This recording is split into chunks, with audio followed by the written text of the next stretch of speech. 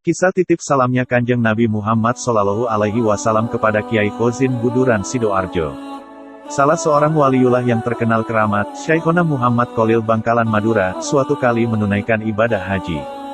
Beberapa saat ketika beliau singgah di Madinah hendak berziarah ke makam Rasulullah di Raudah, beliau berjumpa dengan baginda Nabi Muhammad SAW. Ketika itu beliau terlihat mesra sekali bercengkrama dengan baginda Nabi Muhammad SAW. Sebelum berpisah, baginda Nabi Muhammad SAW mengatakan kepada Syekhona Kholil Bangkalan bahwasannya kalau Syekhona kembali ke tanah air supaya menyampaikan salam beliau Nabi Muhammad SAW kepada Khozin dari Buduran, Sidoarjo. Sebelumnya like dan share, jangan lupa subscribe channel kami, tekan tombol notifikasi biar mendapatkan video terbaru dari kami. Begitulah, beliau kembali pulang ke tanah air. Selepas kapal yang ditumpanginya bersandar di pelabuhan kota Surabaya, sekarang Tanjung Perak, Syekhona Kholil tidak langsung menuju ke rumahnya di Bangkalan, Madura, tetapi langsung menuju Buduran, Sidoarjo mencari orang yang bernama Khozin sebagaimana yang dipesankan baginda Nabi Muhammad SAW kepadanya. Begitu sampai di Buduran, beliau menanyai beberapa orang yang dijumpainya, menanyakan rumah Khozin.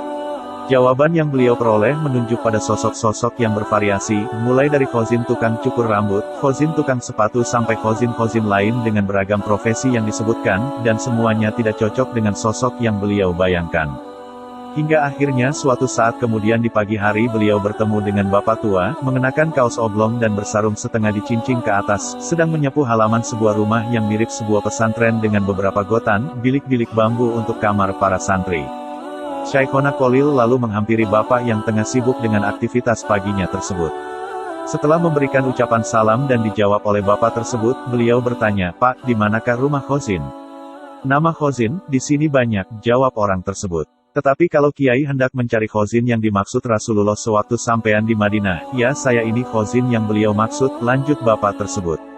Syekhona Kholil tersentak kaget setelah mendengar jawaban spontan tersebut. Dengan serta-merta beliau menjatuhkan koper perbekalan bawaannya dan langsung mencium tangan bapak tersebut berulang kali. Ya, itulah Kiai Khozin Khairuddin, pengasuh pondok pesantren Siwalan Panji, Buduran, Sidoarjo sekaligus perintis tradisi khataman tafsir Jalalain, yang pada era Kiai Yakub Hamdani terkenal sebagai pondoknya para wali.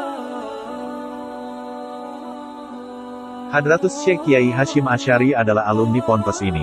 Beliau sempat diambil menantu oleh Kiai Yakub, dipersuntingkan dengan putrinya yang bernama Khadijah. Dari perkawinannya dengan Khadijah ini beliau dianugerahi seorang anak bernama Abdullah. Akan tetapi, sayang keduanya, Nyai Khadijah dan Abdullah putranya, wafat di Makkah pada tahun 1930. Di pondok ini gotan, kamar. Hadratus Syekh Hashim Asy'ari sewaktu masih nyantri sampai sekarang diabadikan keberadaannya sebagai bentuk penghormatan kepada Hadratus Syekh. Di antara alumni ponpes yang lain adalah Mbah Hamid Abdullah Pasuruan, Kiai Asad Syamsul Arifin Situbondo, Mbah Ut Pagerwojo, Mbah Jailani Tulangan. Ada beberapa kisah menarik terkait santri-santri pondok Siwalan Panji. Salah satunya ialah sebagaimana penuturan cucu Mbah Jailani, pada suatu musim kemarau waktu itu banyak para petani yang kehausan karena sumur-sumur di sawah maupun rumah-rumah penduduk kering kerontang. Di tengah kondisi banyak orang kehausan itu tiba-tiba mereka melihat Mbah Jailani seperti terbang melayang-layang di udara sambil membawa timba-timba berisi air beserta pikulannya. Ada juga kisah Wali Kendil, kakak beradik yang meninggal ketika masih menjadi santri. Sang adik ahli mutolaah, mendaras kitab-kitab, sedangkan sang kakak ahli riyadhah tirakat mengambil jalan hidup penuh keprihatinan. Pada suatu hari sang kakak ingin mendidik adiknya agar bisa berlaku tenggang rasa. Dimarahilah adiknya yang tengah menanak nasi di dapur dengan alasan tidak menghormati kakaknya yang sedang berpuasa. Ditendangnya kendil, bejana yang terbuat dari tanah, yang digunakan untuk menanak nasi itu, hingga pecah berantakan. Melihat itu si adik diam sambil mengambil serpihan-serpihan kendil yang pecah berantakan itu. Ditempelkannya lagi potongan serpihan itu dengan ludahnya hingga kembali utuh seperti sedia kala. Konon hingga ketika keduanya meninggal, makam adiknya tidak mau berjejer berdampingan dengan kakaknya. Setiap hari makam adiknya bergeser maju bahkan konon sampai menembus pagar batas makam, dan pada akhirnya oleh Kiai Yakub santrinya itu diperingatkan agar cukup sampai di situ saja, maksudnya makamnya jangan bergeser lagi. Hingga sekarang makam keduanya yang awalnya berjejer sudah tidak lagi seperti kali pertama dimakamkan, makam adiknya lebih maju ke depan melewati batas nisan kakaknya.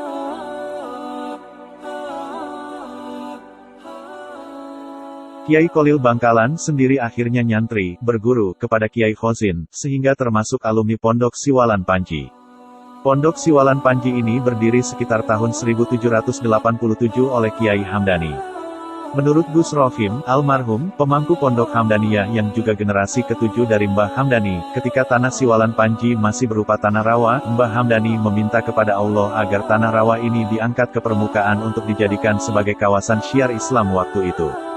Ketika itu Mbah Hamdani meminta pertolongan kepada Allah. Tidak berselang lama, tanah yang sebelumnya rawa, tiba-tiba terangkat dan menjadi daratan, cerita Gus Rofim. Tidak hanya itu, pada awal-awal pengerjaan pondok, kayu bangunan pondok yang didatangkan dari Cepu melalui jalur laut tiba-tiba pecah dan terserak dan berpencar. Namun, karena pertolongan Allah, kayu-kayu yang semula berpencar ini, bergerak sendiri melalui sungai menuju ke arah sungai di seberang kawasan pondok. Ada satu kayu yang tersangkut di kawasan Kediri, dan sekarang disebut menjadi kayu Cagak Panji, cerita Gus Rofim. Dijuluki pondoknya para wali karena setiap tahun alumni yang keluar beberapa di antara mereka sudah mempunyai karomah-karomah luar biasa ketika masih menjadi santri.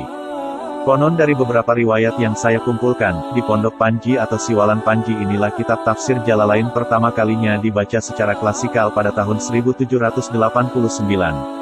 Sistem pendidikan ala madrasah diniyah juga sudah ada pada waktu itu, hanya saja formatnya tidak seperti sekarang yang tersusun sistematis dan terencana. Pembaharuan sistem pendidikan pondok pesantren secara klasikal dengan kurikulum yang sistematik diinisiasi oleh Gus Wahid, Kiai Haji Abdul Wahid Hashim, pahlawan pergerakan nasional, ayah Gus Dur, pada akhir 1930-an. Semenjak itu Syekhona Kholil selalu mewanti-anti agar santri beliau yang boyong, pulang ke kampung halaman, agar tabarukan dulu di Pondok Panji yang diasuh Kiai Khozin ketika itu, sebagai bentuk ketaksiman Syekhona Kholil kepada Kiai Khozin. Mungkin inilah salah satu alasan mengapa sampai sekarang Pondok Panji, terutama Pondok Al-Khozini, banyak dipenuhi santri dari Madura, sebagai bentuk ketaksiman mereka pada dawuh Syekhona Kholil Bangkalan. Wallahu a'lamu bishawab.